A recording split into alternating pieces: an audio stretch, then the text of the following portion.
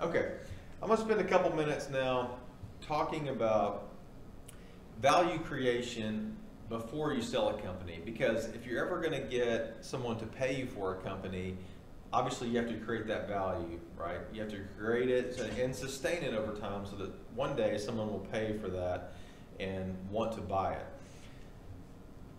Every great idea starts in the mind of an entrepreneur. So whether, that's a small idea or a big idea, it's going to start there. So the entrepreneur, he or she has this wonderful idea, and how much is a great idea worth? Does anybody want to take a guess? Zero. That's exactly right. A great idea is worth nothing. All right, it's all about the execution of that idea. So once you have a great idea, and there's a million of great ideas that are out there, you have to take the next step if you are a true entrepreneur, right? So you have to be not just a dreamer, but you got to be a doer. And you have to take this idea and ask yourself, okay, is there a real opportunity here? What does this idea solve? What problem am I going to solve, whether it's a product or a service? And then once you figure that out, you have to really think about the market. Okay, is there an existing market for this idea? What does that look like?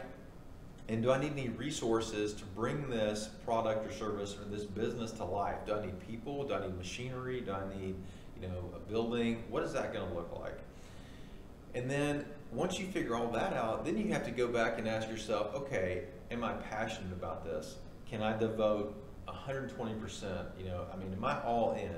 Is this going to intersect my talent and my interest so that my desire will fuel it? Your professor, Omar, is probably one of the best examples I can think of that. He is passionate about his business. He knows exactly where he wants to be. He's got the fire to get it done, right? If he didn't care anything about food, he wouldn't be that energized to do it every single day, right? So once you get all that kind of lined out, you have to start putting it on paper. You have to then go, all right, how am I going to get this into a business plan? What's that really going to look like? And this is where you start really writing down what the problem is, how you're going to solve it, what's the market, all the research, that kind of thing. How many different people are already out there doing this, if any at all, and how you plan to compete with them. The financing component of this is really important. Now, do you need an angel investor to come along with you and help get the business off the ground? Do you need a venture capital company to maybe help fund part of this? And what does that process look like? How about family and friends? Are they going to be able to loan you some money if that's what you need to get this off the ground? Or are you going to be able to do it all on your own and just start from scratch and grow it slowly? There's not one right answer for any particular idea or business opportunity. There could be a bunch of different ways you would want to strike that and do that. After you do that, you're going to want to put a name on it, right? What are you going to name it? How are you going to maybe brand it? That sort of thing. And then there's a few very tactical things that you have to do. You have to go out and draft an operating agreement. You can hire an attorney to do these things for you, or you could look online and come up with one, or reach out to somebody that maybe has an example. So your operating agreement is going to tell the members of your company, whether it's just you as a single member or multiple members or shareholders, how you're going to operate amongst each other for with the business.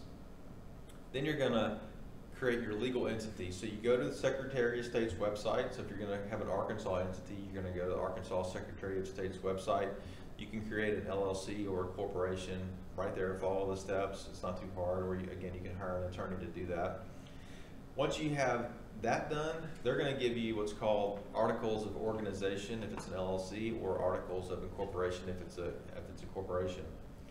Then you take that, and then your next step is to go to the IRS website. You apply for what's called an employer identification number. Then you get your EIN, and that's what you need to open a bank account if you're a company. It's almost like a social security number for an individual.